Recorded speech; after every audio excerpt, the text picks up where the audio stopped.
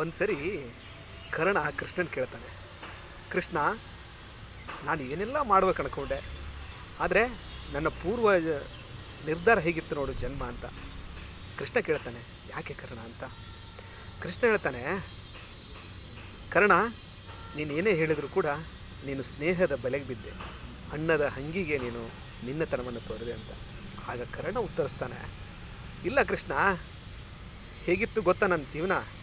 ಹುಟ್ಟುತ್ತಾ ಅಮ್ಮ ತಾಯಿ ಮಾತೃ ಹೃದಯವನ್ನು ಹತ್ತಿರದಿಂದ ಪಡೆದುಕೊಳ್ಬೇಕು ಅಂತ ಆಗಲಿಲ್ಲ. ಹುಟ್ಟಿದ ತಕ್ಷಣ ನಾನೊಂಥರ ಅಪಶಕುನ ಅನ್ನೋ ಹಾಗೆ ನನ್ನ ತಾಯಿ ನೀರಲ್ಲಿ ಬಿಟ್ಬಿಟ್ಲು. ಬೆಳೆದಿದ್ದು ಒಬ್ಬ ಸಾರಥಿ ಮನೆಯಲ್ಲಿ.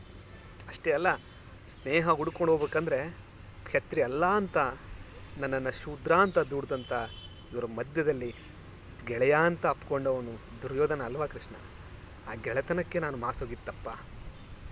ಜೊತೆಗೆ ಕಲಿಯುವ ಆಸಕ್ತಿಗೆ ಬಿಲ್ವಿದ್ಯೆಯನ್ನು ಕಲಿತು ನಾನೊಬ್ಬ ಶ್ರೇಷ್ಠ ಬಿಲ್ಲುಗಾರನಾಗಬೇಕೆನ್ನುವಂತಹ ನನ್ನ ಆ ಬಯಕೆ ನಿಮಗೆ ವಿರುದ್ಧ ಆಗಲಿಲ್ವಾ. ಪರಶುರಾಮ ಗುರುಗಳು ಕೂಡ ನನ್ನನ್ನು ದೂರ ತಳ್ಳಿದರು.